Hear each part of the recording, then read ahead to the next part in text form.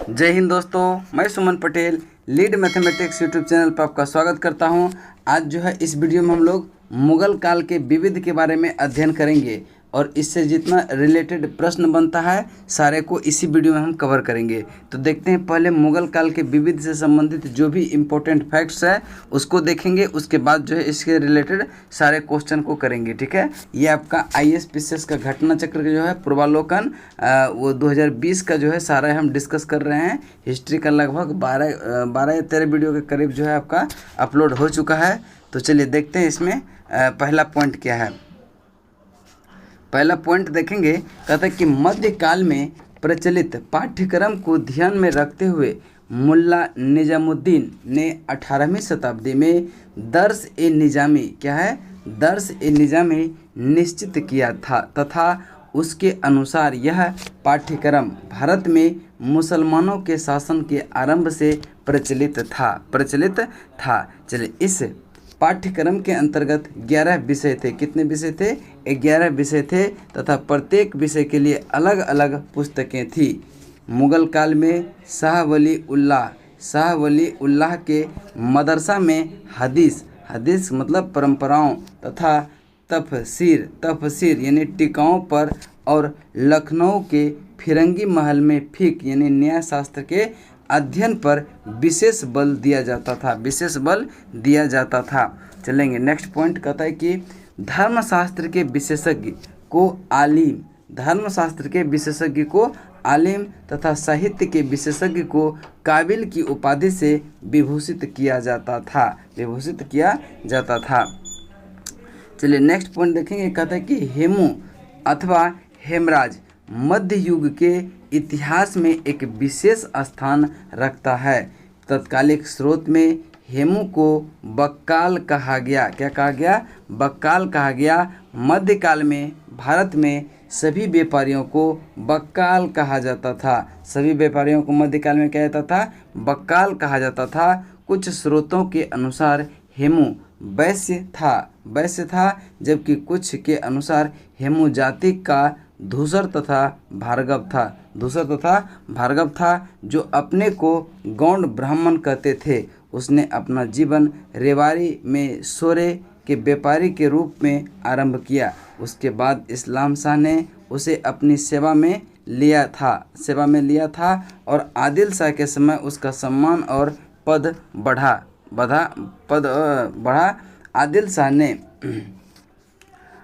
शाह ने उसके सैनिक प्रतिभा से संतुष्ट होकर उसे अपना वजीर और सेनापति बना लिया।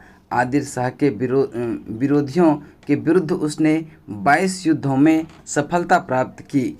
दिल्ली में तरदी बेग के विरुद्ध विजय प्राप्त करने के पश्चात उसने विक्रमादित्य या विक्रमजीत की उपाधि धारण की। बदायूनी एवं निजामुद्दीन अहमद के अनुसार हेमू ने विक्रमजीत की उपाधि धारण की थी। हेमू ने क्या किया था? विक्रमजीत की उपाधि धारण की थी। चलिए नेक्स्ट पॉइंट है, कहता कि विजयनगर में नायकों को राजा वेतन के बदले यह उनकी अधीनस्थ सेना के रखरखाव के लिए विशेष भूखंड देता था। क्या देता था? विशेष भूखंड देता था, जो अमरम कहलाते थे। जो क्या कहलाते थे? अमरम कहलाते थे। मराठा शासन में चौथ की आय 66% मराठा सरकार को घुड़सवार रखने के लिए दिया जाता था, जिसे मोकासा कहते थे। जिसको क्या कहते थे? मोकासा। नेक्स्ट पॉइंट है, कहता है कि मुगल काल में गुजरात स्थित सूरत बंदरगाह से होकर हज यात्री मक्का के लिए प्रस्थान करते थे। इसीलिए सूरत बंदरगाह को बाबुल मक्का या मक्का द्वार कहा जाता है। सूरत बंदरगाह को क्या कहते हैं? बाबुल मक्का या मक्का द्वार कहा जाता है। नवरोज का त्यौहार ईरान फारस से लिया गया। यह एक राष्ट्रीय त्यौहार था। यह 19 दिनों तक मनाया जाता है। चलेंगे नेक्स्ट पॉइंट, कहता है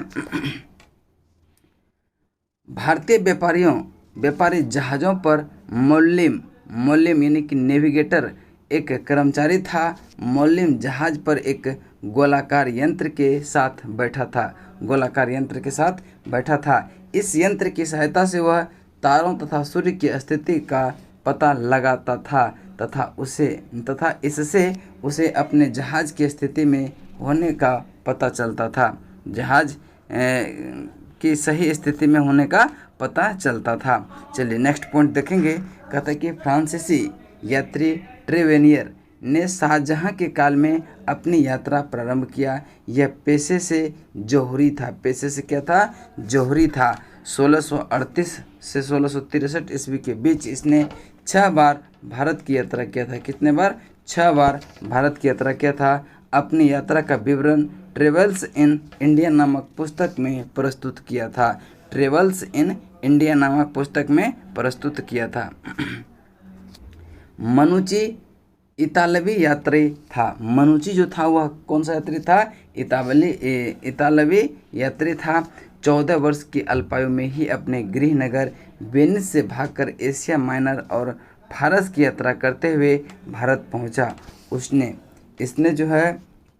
इसने शहजादा दारा शिकोह की सेवा में तोपची के रूप में नौकरी की। बाद में चिकित्सक का पेशा अपना लिया। एस्टोरियो दो मोगोर नामक संस्मरण 1653 से 1708 लिखा, जिसे 17वीं शताब्दी के भारत का दर्पण कहा जाता है। 17वीं शताब्दी के भारत का दर्पण कहा जाता है। चलिए यहाँ तक आपका क्या हुआ? सारे इम्पोर्टेंट फैक्ट्स कंप्लीट हो जाता है। इसके बाद हम लोग प्रश्न उत्तर पर चलेंगे। तो पहला प्रश्न है, कहते हैं कि निम्नलिखित में से कौन सा एक सही सुमेलित नहीं था? कौन सा एक सही सुमेलित नहीं है? जहांगीर के दरबार में विलियम हॉकिंस आया था, बिल्कुल सही है। अकबर के दरबार में सर टॉमस रो जहांगीर के काल में मुगल दरबार में आया था, तो ये आपका क्या हो गया? गलत हो गया। शाहजहां के दरबार में ट्रेवेनियर, औरंगजेब मनुची, ये भी सही है। तो आपका कहता है कौन सा कथन गलत है? तो इसका राइट आंसर होगा ऑप्शन नंबर बी। चलिए इसकी व्याख्या देखते हैं। कहता है कि सर टॉमस रो 1615 से 1619 ईस्वी जहांगीर के काल में मुगल दरबार में आया। वह जहांगीर के साथ शिकार खेलने भी गया था। शेष सभी विकल्प क्या है? सही है। चलिए देखते हैं नेक्स्ट पॉइंट। नेक्स्ट क्वेश्चन कहता है कि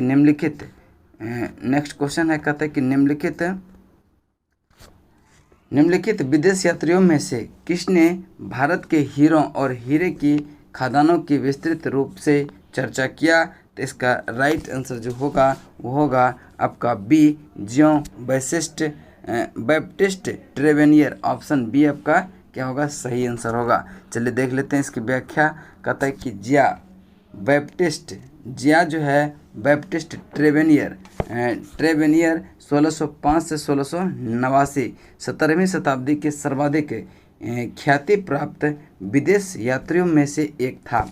कर में यह जौहरी था। कर में क्या था? यह जौहरी था, किंतु साथ ही एक अनुभवी और साहसिक यात्री भी था। यह मुगल बादशाह शाहजहां के शासनकाल में भारत आया। पूर्व दिशा की ओर उसने 7 यात्राएं की, जिसमें 6 बार यात्राएं हिंदुस्तान के लिए की थी। ट्रेवेनियर ने ही प्रसिद्ध भारतीय हीरे कोहिनूर के संबंध में जानकारी दी थी। साथ ही इसने हीरे की खदान जवाहरात तथा मोतियों के बारे में अत्यंत महत्वपूर्ण और विशुद्ध विवरण प्रदान किए हैं। चलिए नेक्स्ट देखते हैं क्वेश्चन नंबर आपका 3। क्वेश्चन नंबर 3 है, यह कथन किसका है कि अकबर के शासनकाल में इलाहाबाद में 40 स्तंभयुक्त मंदिर क्या है? स्तंभयुक्त मंजिल के निर्माण में 5000 से 20,000 लोगों ने 40 साल तक काम किया था। तो इसका राइट आंसर होगा विलियम फिंच ने कहा था, ऑप्शन सी, विलियम फिंच। चलिए देख लेते हैं इसकी व्याख्या। कहता है विलियम फिंच के अनुसार इलाहाबाद स्थित पैलेस ऑफ 40 पिलर्स के निर्माण में 40 वर्ष लगे और इस निर्माण हेतु 5000 से 20,000 लोग काम किए थे। चलिए नेक्स्ट देखते हैं। नेक्स्ट क्वेश्चन है, कहता है सूची 1 को सूची 2 से सुमेलित करें। तो हॉकिंस का जो था ये जो है 1608 से 1611, 1608 से 1611। टॉमस रो 1615 से 19, 1615 से 19। और मनुची 1653 से 1708, मनुची 1653 से 1708। रॉल्फ फिंच 1585 से 1586। इसका राइट आंसर होगा कौन सा? राइट आंसर हो जाएगा 2143। 2143 देखते हैं किस ऑप्शन में है। 2143 आपका ऑप्शन नंबर बी में है, 2143। ठीक है, चलिए नेक्स्ट क्वेश्चन देखते हैं। चलिए इसकी व्याख्या देख लेते हैं। देखिए, भारत आने वाले यात्री और उसकी यात्री अवधि तथा यात्रा अवधि का सही सुमेल इस प्रकार है। देखिए, हॉकिंस का जो ये अवधि था 1608 से 1611, टॉमस रो का 1615 से 1619, मनुची का 1653 से 1708 और रॉल्फ फिश का जो है ये 1585 से 1586। ठीक है, चलिए नेक्स्ट क्वेश्चन है 5 नंबर। कहता है निम्नलिखित शासकों में से सही कालानुक्रम दिए गए कूट के अनुसार चयन करें। तो इसका राइट आंसर जो होगा, पहले हो जाएगा आपका जहांगीर, फिर जो है आपका मोहम्मद शाह, फिर जो है आपका कौन सा हो जाएगा, मोहम्मद शाह के बाद हो जाएगा अहमद शाह अब्दाली, फिर जो है आपका क्या हो जाएगा, बहादुर शाह द्वितीय। तो इसका राइट आंसर 3, 2, 1, 4 होगा, ऑप्शन सी। चलिए इसकी व्याख्या देख लेते हैं कि इसका शासनकाल कब कब रहा था। देखिए, जहांगीर का शासनकाल 1605 से 1628 ईस्वी तक और मोहम्मद शाह का शासनकाल 1719 से 1748 तथा जबकि अहमद शाह अब्दाली पानीपत के तृतीय युद्ध 14 जनवरी 1761 में अफगान दल का नेता था। बहादुर शाह द्वितीय जफर का शासनकाल 1837 से 1857 तक रहा था। चलिए नेक्स्ट क्वेश्चन देखते हैं 6 नंबर। 6 नंबर क्वेश्चन भी वही है। कहता है कि नीचे दिए गए बाहरी आक्रमणों के कालानुक्रम व्यवस्थित करें एवं नीचे दिए गए कूट के सही उत्तर को ढूंढें। तो इसका राइट आंसर हो जाएगा कौन सा? तो आपका राइट आंसर हो जाएगा ऑप्शन नंबर सी, 2, 4, 3, 1। 2, 4 यानी कि चंगेज खां, फिर जो है आपका तैमूर लंग, फिर जो है आपका नादिर शाह, फिर अहमद शाह अब्दाली, फिर अहमद शाह अब्दाली 4 में। ठीक है, चलिए देख लेते हैं इसकी व्याख्या को भी।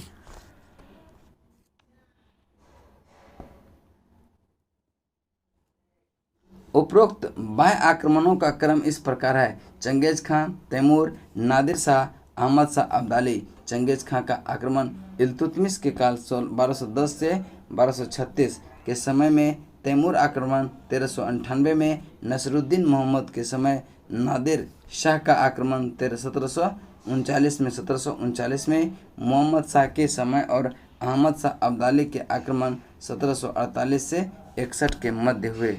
चलिए नेक्स्ट देखते हैं क्वेश्चन नंबर आपका 7। कहता है कि निम्नलिखित में से कौन सा कथन सत्य है? निम्नलिखित में से कौन सा कथन सत्य है? तो इसका देखेंगे, अहमद शाह अब्दाली ने पानीपत के तृतीय युद्ध लड़ा था, बिल्कुल आपका क्या है, सही है। उसके बाद जो बाबर ने दिल्ली सल्तनत की स्थापना नहीं किया था। शाहजहां के उत्तराधिकारी युद्ध लड़ा नहीं। जहांगीर सौंदर्य तथा प्रकृति का प्रेमी था, यानी कि 1 और 4 आपका क्या है, सही है। तो right answer option number C हो जाएगा। राइट ऑप्शन देख लेते हैं किस में है।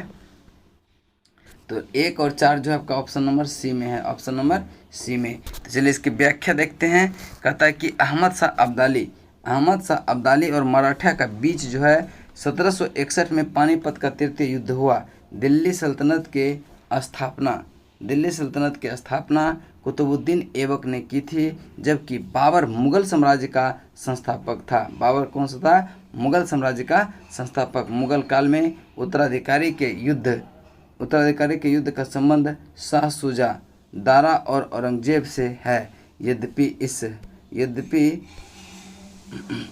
यद्यपि उस समय शाहजहां मुगल शासक तथापि शाहजहां के उत्तराधिकारी शासक बनने हेतु यह युद्ध उसके तीनों पुत्रों के मध्य लड़ा गया था, जिसमें जो है औरंगजेब विजयी हुआ था तथा अतः शाहजहां के उत्तराधिकारी का युद्ध नहीं लड़ा। वरन यह युद्ध उसके पुत्र शाह शुजा, दारा और औरंगजेब के बीच हुआ तथा जहांगीर सौंदर्य एवं प्रकृति प्रेमी था। जहांगीर क्या था? सौंदर्य एवं प्रकृति प्रेमी था।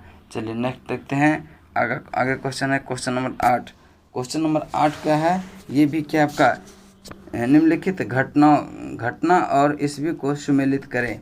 तो देखेंगे इसका जो राइट आंसर हो जाएगा आपका नादिर शाह का दिल्ली में कत्लेआम। नादिर शाह का दिल्ली में कत्लेआम 1739। बाबर और इब्राहिम लोदी के बीच पानीपत का युद्ध जो हुआ था 1526 को। हेमू और अकबर के बीच पानीपत का दूसरी लड़ाई हुआ था 1556 में। 1556 इसका हो जाएगा ए। ठीक है। अहमद शाह अब्दाली और मराठा के बीच पानीपत का तीसरी युद्ध जो हुआ था 1761 में। तो राइट आंसर हो जाएगा 3। ठीक है। तब देखते हैं किस में ऑप्शन में है क्या क्या।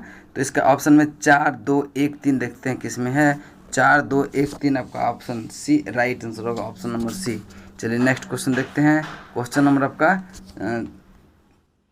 चलिए देखिए इसकी व्याख्या। 1739 में करनाल के रण क्षेत्र में मुगल सेना तथा ईरानी सेना के मध्य युद्ध हुआ, जिसमें मुगल सेना पराजित हुए। नादिर शाह ने दिल्ली में कत्ले-आम करवाया। बाबर और इब्राहिम लोदी के बीच पानीपत की पहली लड़ाई 21 अप्रैल 1526 को हुई, जिसमें बाबर क्या हुआ? विजयी हुआ और भारत में मुगल वंश की नींव डाली। हेमू एवं अकबर के बीच पानीपत का दूसरा लड़ाई जो कि 5 नवंबर 1556 को हुई, जिसमें हेमू पराजित हुआ। अहमद शाह अब्दाली और मराठा के बीच पानीपत की तीसरी लड़ाई 14 जनवरी 1761 को, जिसमें मराठा बुरी तरह पराजित हुआ। चलिए नेक्स्ट क्वेश्चन देखते हैं। नेक्स्ट क्वेश्चन है 9 नंबर। कहता है हेमचंद्र विक्रमादित्य भारतीय इतिहास में किस नाम से जाने जाते हैं? तो इसका राइट आंसर होगा हेमू के नाम से, ऑप्शन डी आपका राइट आंसर होगा। चलिए इसके देख लेते हैं व्याख्या क्या क्या है। चलिए देखते हैं इसकी व्याख्या पे। कहता है कि हेमू अथवा हेमराज मध्य युग के इतिहास में एक विशेष स्थान रखता है। चलिए एक विशेष स्थान रखता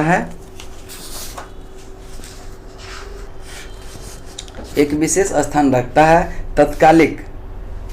तत्कालीन स्रोतों के अनुसार हेमू रेवाड़ी के बाजार में सोरा का व्यापारी था। क्या चीज का था? सोरा का व्यापारी था। इस्लाम शाह ने इसे अपनी सेवा के लिए लिया था और आदिल शाह के समय में उसका सम्मान और पद बढ़ा। आदिल शाह ने उसकी सैन्य प्रतिभा से संतुष्ट होकर उसे अपने वजीर और सेनापति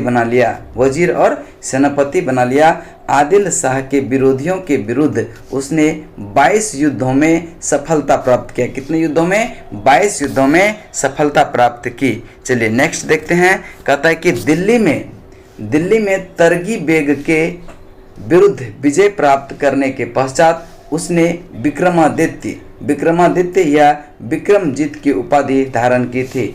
5 नवंबर 1556 को पानीपत के द्वितीय युद्ध में हेमू का मुगलों से मुकाबला हुआ। हेमू पराजित हुआ और पकड़ा गया। बैरम खान ने उसका सिर कटवा दिया और उसकी मृत्यु हो गई। बैरम खान ने क्या किया? उसका सिर कटवा दिया और उसका मृत्यु हो गया। चलिए देखते हैं क्वेश्चन नंबर 10 नंबर क्वेश्चन है। कहता है कि भारतीय गौरव यश का अंतिम सूर्य किसके लिए प्रयुक्त हुआ? तो इसका राइट आंसर होगा पृथ्वीराज के लिए, ऑप्शन बी राइट आंसर होगा। चलिए देखते हैं इसकी व्याख्या। कहता है कि बी एन लुनिया पुस्तक जो पूर्व मध्यकालीन भारत राजनीतिक एवं सांस्कृतिक इतिहास के अनुसार चौहान शासक पृथ्वीराज चौहान अपने समय का सबसे महान एवं यशस्वी वीर सम्राट था। इन्हें भारतीय यश का अंतिम सूर्य कहा जाता है, last son of Indian glory. ठीक है। चलिए नेक्स्ट देखते हैं क्वेश्चन नंबर 11 पे।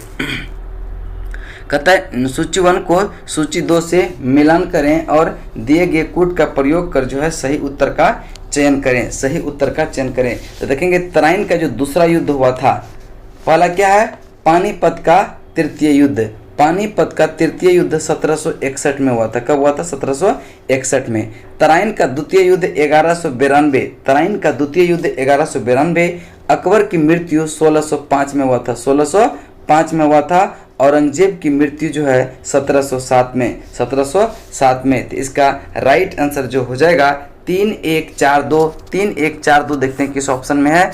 3142 आपका ऑप्शन नंबर सी में है और यही आपका क्या होगा? उत्तर हो जाएगा। चलिए नेक्स्ट देखते हैं क्वेश्चन नंबर 12। 12 नंबर क्वेश्चन भी क्या है, सूची 1 को सूची 2 से। देखिए इसके व्याख्या में क्या है, तराइन का द्वितीय युद्ध 1192, अकबर की मृत्यु 1605, औरंगजेब की मृत्यु 1707, पानीपत का तृतीय युद्ध 1761। चलिए देखते हैं क्वेश्चन नंबर 12 पे। सूची 1 को सूची 2 से मिलान करना है इसमें भी। तो कहता है कि हल्दी घाटी का युद्ध, हल्दी घाटी का युद्ध जो है ये हुआ था अकबर। हल्दी घाटी का युद्ध से संबंधित कौन है? अकबर जो है, अकबर राणा प्रताप के विरुद्ध किया था। राणा प्रताप के विरुद्ध किया था। बिलग्राम का युद्ध जो है ये हुमायूं शेरशाह के विरुद्ध, हुमायूं किया था शेरशाह के विरुद्ध, तो इससे संबंधित हुमायूं है। खुसरो का विद्रोह, खुसरो का विद्रोह ये जो है इससे जहांगीर संबंधित है। किससे संबंधित है? जहांगीर से। और खानवा का युद्ध बाबर और राणा सांगा के बीच हुआ था। ऑप्शन यानी कि इसका 1 हो जाएगा। 2 3 4 1, 2 3 4 1 आपका राइट आंसर देख लेते हैं किस ऑप्शन में है। 2 3 4 1 आपका right answer option number A है। ऑप्शन नंबर ए है। चलिए नेक्स्ट को देखते हैं क्वेश्चन। चलिए देखेंगे सूची 1 को सूची 2 के साथ सुमेलित कीजिए और सूची के नीचे दिए गए कूट का प्रयोग कर सही उत्तर का चयन करें। तो देखेंगे कि 1556 जो है यह किससे संबंधित है? तो 1556 को अकबर का राज्यारोहण हुआ था। अकबर का राज्यारोहण हुआ था और 1600 को जो है यह 1600 को क्या हुआ था? ईस्ट इंडिया कंपनी को अधिकार पत्र प्रदान किया गया था। कितने वर्ष के लिए? 15 वर्षों के लिए। और देखेंगे कहता है 1680 में जो हुआ था शिवाजी का देहांत हुआ था और नादिर शाह का दिल्ली पर कब्जा हुआ था 1739 में। यानी कि आपका राइट आंसर जो हो जाएगा वो हो जाएगा 1 का 5, बी का 4, सी का 3 और डी का 2। देखते हैं किस ऑप्शन में है। तो इसका राइट आंसर हो जाएगा option number B. Option number B. चलिए देखते हैं इसकी व्याख्या को देखते हैं। भारत पर कहता है कि भारत पर नादिर शाह का आक्रमण 1739 में मोहम्मद शाह रंगीला के शासनकाल के दौरान हुआ था। शिवाजी का देहांत 1680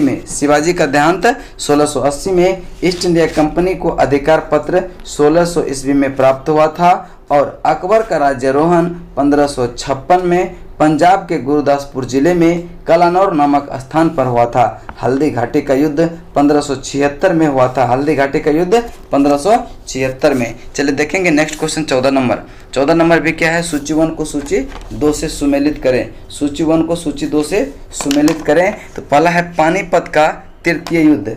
पानीपत का तृतीय युद्ध 1761 में। हल्दी घाटी का युद्ध जो हुआ था वह हुआ था 1576। कब हुआ था? 1576। हल्दी घाटी का युद्ध 1576। तराइन का द्वितीय युद्ध जो हुआ था 1192। असीरगढ़ का युद्ध 1601। असीरगढ़ का युद्ध कब हुआ था? 1601 में। तो इसका राइट आंसर जो हो जाएगा 1 का 2 3 4 और 1, 2 3 4 1। देखते हैं किस ऑप्शन में है। तो इसका राइट आंसर हो जाएगा ऑप्शन नंबर सी। चलिए नेक्स्ट देखते हैं इसकी व्याख्या। कहता है कि पानीपत का तृतीय युद्ध 1761 ईस्वी में अफगानों एवं मराठा के बीच लड़ा गया। इसमें अफगानों का नेतृत्व अहमद शाह अब्दाली एवं मराठों का नेतृत्व सदाशिवराव भाऊ ने किया। मराठों के इस युद्ध में हार हुई। हल्दी घाटी का युद्ध जो हुआ था वह 1576 ईस्वी में अकबर एवं राणा प्रताप के बीच लड़ा गया था, जिसमें महाराणा प्रताप पराजित हुआ। तराइन के द्वितीय युद्ध 1192 ईस्वी में मोहम्मद गोरी ने पृथ्वीराज चौहान को पराजित किया। 1661 में असीरगढ़ के युद्ध में अकबर ने मीरन बहादुर को पराजित किया और मीरन बहादुर को पराजित किया और असीरगढ़ पर मुगलों का अधिकार हो गया। चलिए नेक्स्ट क्वेश्चन देखते हैं। क्वेश्चन नंबर 15 कहता है कि निम्नलिखित में से कौन सी जोड़ी मुगल मराठा कालीन युद्ध वर्ष सुमेलित है? कौन सा सुमेलित है कर रहा है? तो इसका राइट आंसर होगा खेरा का युद्ध 1699। यही क्या सॉरी ये नहीं, इसका राइट आंसर होगा सी, नहीं सी। कौन सा हो जाएगा? सी। हल्दी घाटी का युद्ध जो हुआ था वो 1576 में हुआ था, 1576 में। चलिए अब देखेंगे कौन कौन सा युद्ध कब लड़ा गया था, सारा हम ये इसका जो व्याख्या है उसमें क्लियर कर दे रहे हैं। ठीक है, हल्दी घाटी का युद्ध 1576 ईस्वी में महाराणा प्रताप और अकबर के सेनापति मान सिंह के मध्य लड़ा गया। चौसा का युद्ध जून 1539 में हुमायूं और शेरशाह के मध्य हुआ। कन्नौज बिलग्रामी का युद्ध मई 1540 ईस्वी में हुमायूं और शेरशाह के मध्य हुआ। खेरा का युद्ध जो है 1707 ईस्वी में मराठा सिंहासन के लिए साहू और ताराबाई के मध्य हुआ। खाजबा का युद्ध जनवरी 1659 में मुगल बादशाह औरंगजेब और शाह शुजा के मध्य हुआ। अतः इसका अभिष्ट उत्तर कौन सा? सी सही हो जाएगा, अन्य विकल्प सही सुमेलित नहीं था। चलिए नेक्स्ट देखते हैं क्वेश्चन नंबर आपका 16 पे। क्वेश्चन नंबर 16 है, कहते कि निम्नलिखित में से सही सुमेलित नहीं है। कौन सा सही सुमेलित नहीं है? तो देखेंगे इसका राइट आंसर जो हो जाएगा आपका जहांगीर बख्श का युद्ध, ये गलत है। ये क्या आपका गलत है। अकबर के द्वारा हल्दी घाटी का युद्ध, हुमायूं चौसा का युद्ध, बाबर खनवा का युद्ध से संबंधित था। बख्श का युद्ध जो हुआ था वह 1646 में शाहजहां के काल में हुआ था। यह तीनों युग्म, बाकी तीनों क्या है? सुमेलित है। चलिए इसके देख लेते हैं व्याख्या। कहता है कि बल्ख का युद्ध जो है वह 1646 में शाहजहां के काल में हुआ था। किसके काल में? शाहजहां के काल में। अन्य तीनों युग्म क्या है? सुमेलित है। चलिए देखेंगे नेक्स्ट। अता अली खां किसका नाम था? अता अली खां किसका नाम था? तो इसका राइट आंसर जो हो जाएगा इनमें से कोई नहीं, तो चलिए इसका देखते हैं व्याख्या में क्या है।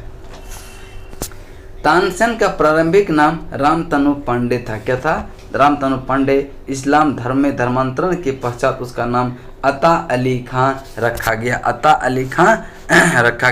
तो अता अली खां किसका रखा गया नाम? रामतनु पांडे का। ठीक है, चलिए नेक्स्ट देखते हैं। और रामतनु पांडे जो है किसका नाम था? यह तानसेन का प्रारंभिक नाम था और इसी का नाम जो है अता अली खां भी था। चलिए सूची 1 को सूची 2 से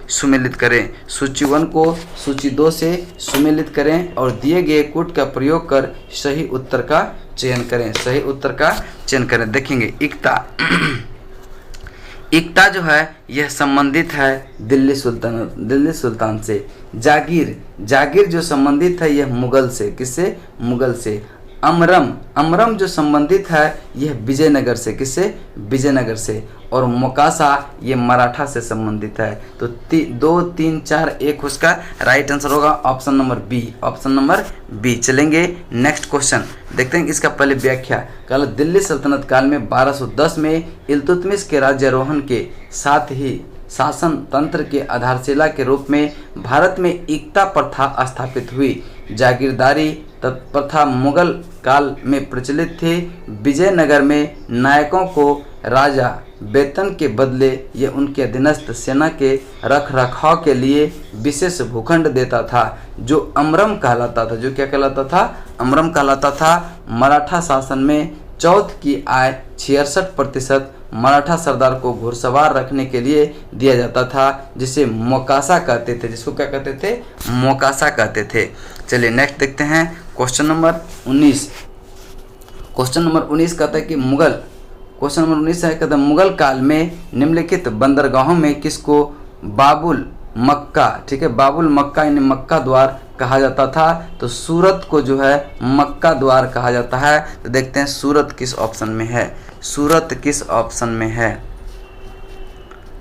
सूरत देखेंगे ऑप्शन नंबर डी है और यही आपका राइट आंसर होगा। देखेंगे इसकी व्याख्या, मुगल काल में गुजरात स्थित सूरत बंदरगाह से होकर ही हज यात्री मुगल के लिए प्रस्थान करते थे, इसीलिए सूरत बंदरगाह को बाबुल मक्का में मक्का द्वार, बाबुल मक्का या मक्का द्वार कहा जाता था। चलिए नेक्स्ट देखेंगे, मुगलों ने नवरोज का त्यौहार लिया था। मुगलों ने नवरोज का त्यौहार लिया था किससे? तो इसका राइट आंसर होगा पारसियों से। ऑप्शन ए आपका राइट आंसर होगा।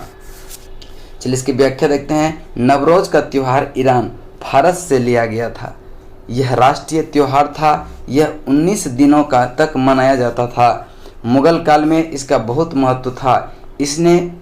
इसे मनाने के लिए बहुत पहले से ही व्यवस्था की जाती थी। अब्दुल कादिर बदायूनी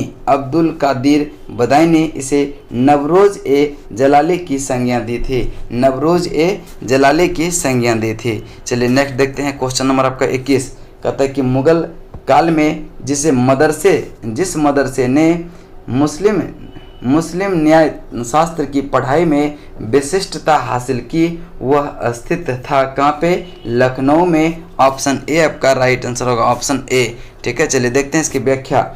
मुगल काल में शाह वली उल्लाह के मदरसे में हदीस यानी परंपराओं तथा तफसीर यानी टिकाओं और लखनऊ में फिरंगी महल में फिक यानी न्याय शास्त्र के अध्ययन पर विशेष बल दिया जाता था। धर्मशास्त्र के विशेषज्ञ को आलिम तथा साहित्य के विशेषज्ञ को काबिल की उपाधि से विभूषित किया जाता था। चलिए नेक्स्ट देखते हैं क्वेश्चन नंबर 22।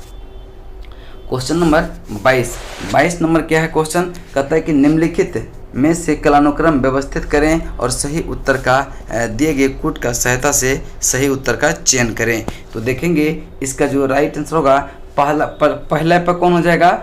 पहला पर हो जाएगा आपका पद्मिनी। पहला पे कौन होगा? पद्मिनी के बाद जो है ये हो जाएगा दुर्गावती के बाद जो हो जाएगा ताराबाई। कौन हो जाएगा? ताराबाई तीसरा पे, और चौथा पे अहिल्याबाई। तो इसका राइट आंसर होगा 3 2 4 1 ऑप्शन बी आपका राइट आंसर हो जाएगा। चलिए देखते हैं इसकी व्याख्या।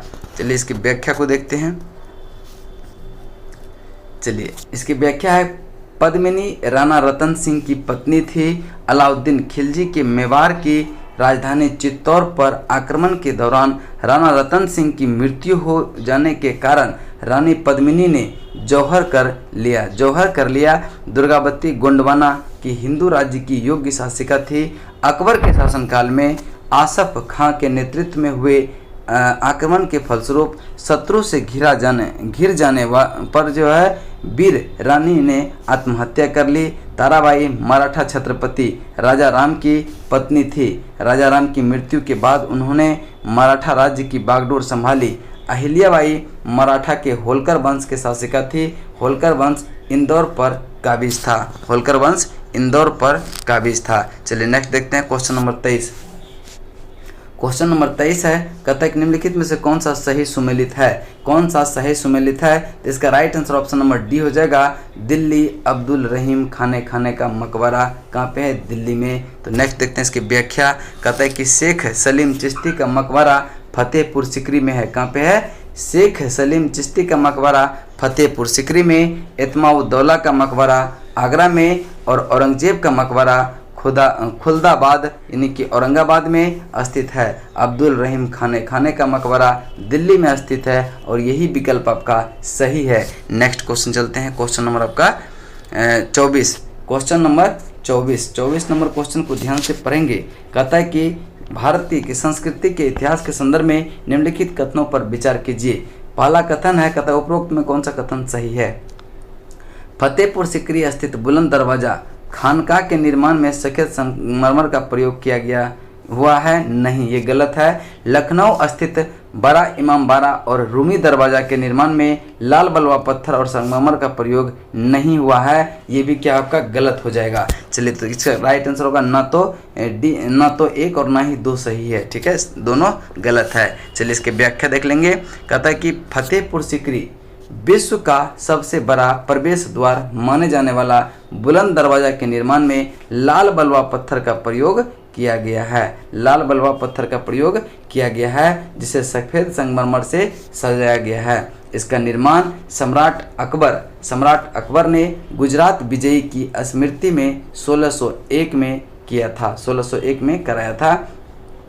परंतु सलीम चिश्ती ने खानका में सफ़ेद संगमरमर का प्रयोग नहीं हुआ, अपितु सलीम चिश्ती के मकबरे में सफ़ेद संगमरमर का प्रयोग हुआ। लखनऊ स्थित बड़ा इमामबार और रूमी दरबार का निर्माण आसफ उद्दौला ने कराया था। किसने करवाया था? आसफ उद्दौला ने कराया था। इमामबारे का केंद्रीय कक्ष लगभग 50 मीटर लंबा और 16 मीटर चौड़ा है, 16 मीटर चौड़ा है और स्तंभहीन इस कक्ष की छत 15 मीटर से अधिक ऊंची है। यह कक्ष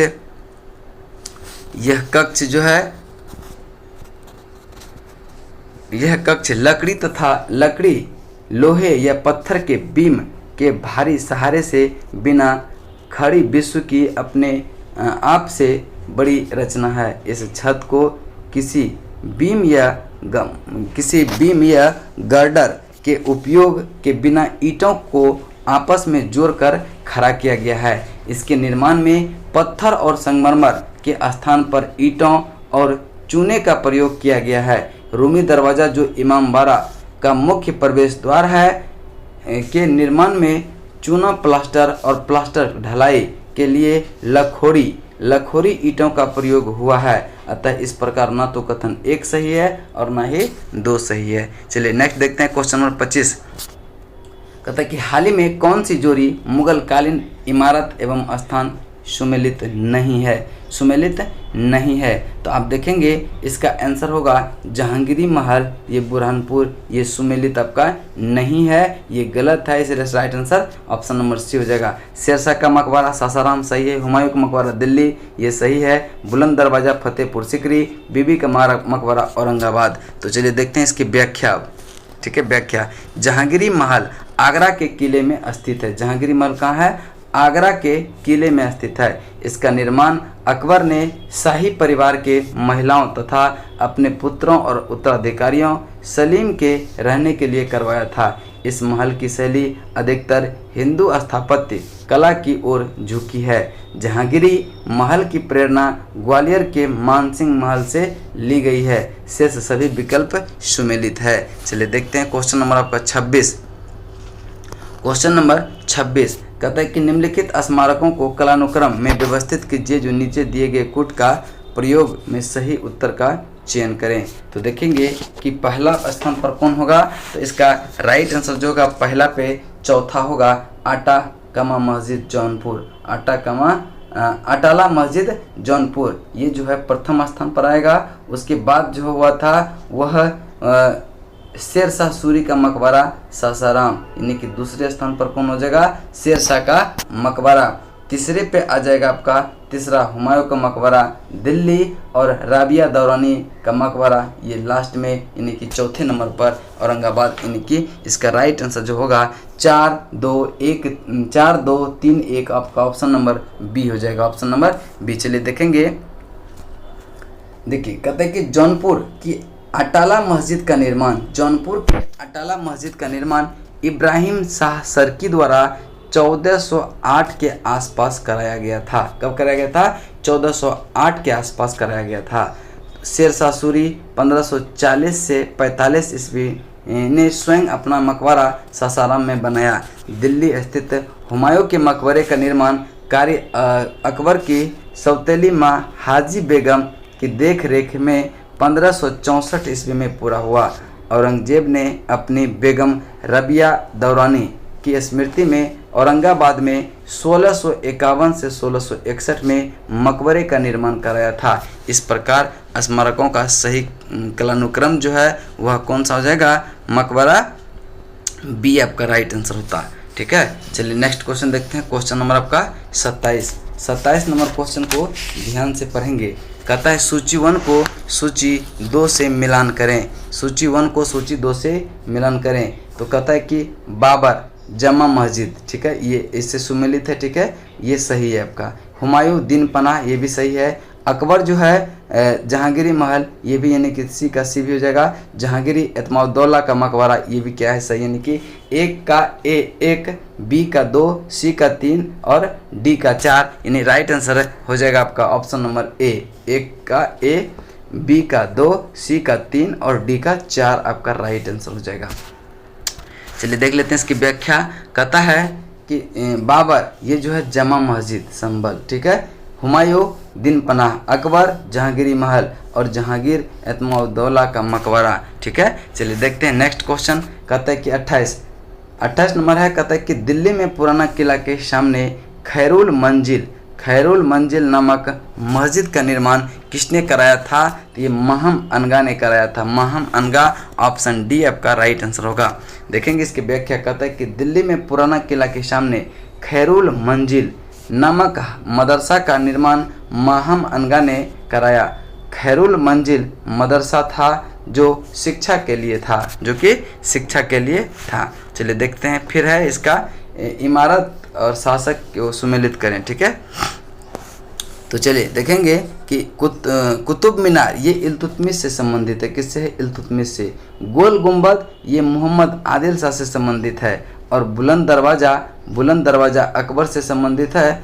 और मोती मस्जिद औरंगजेब से। तो इसका राइट आंसर 2143 देखेंगे ऑप्शन नंबर किस में है? डी आपका राइट आंसर होगा। ऑप्शन नंबर डी आपका राइट आंसर होगा। चलिए देख लेते हैं इसकी व्याख्या।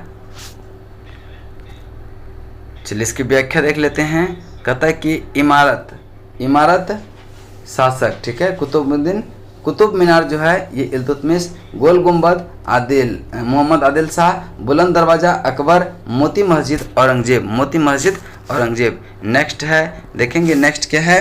कहता है कि मुगल काल में निम्नलिखित युद्धों के कालानुक्रम के व्यवस्थित कीजिए। घाघरा का युद्ध हुआ था 1529 में। कब हुआ था? 1529 में। खानवा का युद्ध हुआ था 1527 में। चौसा का युद्ध जो हुआ था 1539 में।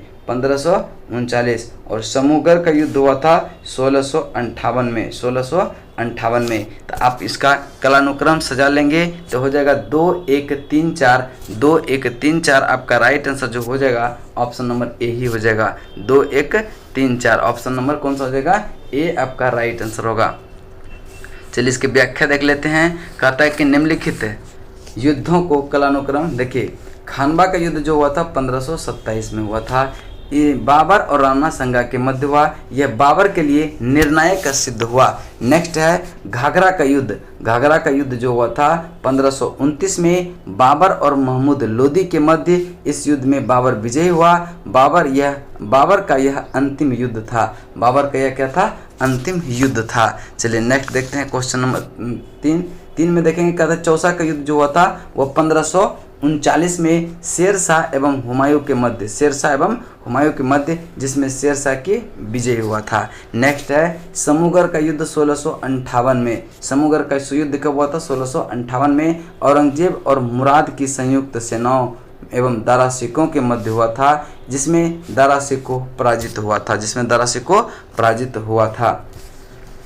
चलिए नेक्स्ट देखेंगे। कहता है कि स्मारक और निर्माता को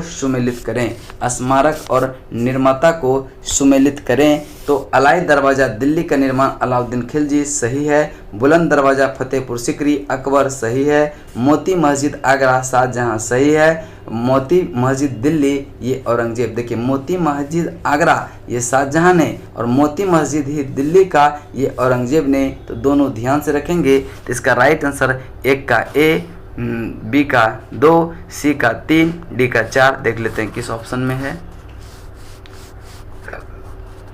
तो इसका राइट आंसर जो हो जाएगा ऑप्शन ए ही हो जाएगा। कौन सा हो जाएगा? Option A. चलिए देख लेते हैं इसकी व्याख्या। कहता है कि अलाई दरवाज़ा दिल्ली अलाउद्दीन खिलजी ने, बुलंद दरवाज़ा फतेहपुर सिकरी अकबर ने, मोती मस्जिद आगरा का शाहजहां ने, मोती मस्जिद दिल्ली का औरंगजेब ने निर्माण कराया था। नेक्स्ट है मुगल काल में मौलिम था। यह क्या था? मौलिम नेगेटिवेटर, एक कर्मचारी था, जो कि ऑप्शन में नहीं है। क्या था? एक कर्मचारी था। चलिए देखते हैं इसकी व्याख्या। कहता है कि भारतीय भारतीय जहाज़ों पर मौलिम एक कर्मचारी था। मौलिम जहाज़ का एक गोलाकार यंत्र के साथ बैठता था। इस यंत्र की सहायता से वह तारों तथा सूर्य की स्थिति का पता लगाता था तथा इसे अपने जहाज़ की सही स्थिति में होने का पता चलता था। दिए गए विकल्प में उत्तर डी जो है कुछ निकट है, लेकिन वो सही नहीं होगा। क्या होगा? वह एक कर्मचारी था। ठीक है, चलिए। भारतीय इतिहासकार के मध्य में बंजारे सामान्यतः कौन थे?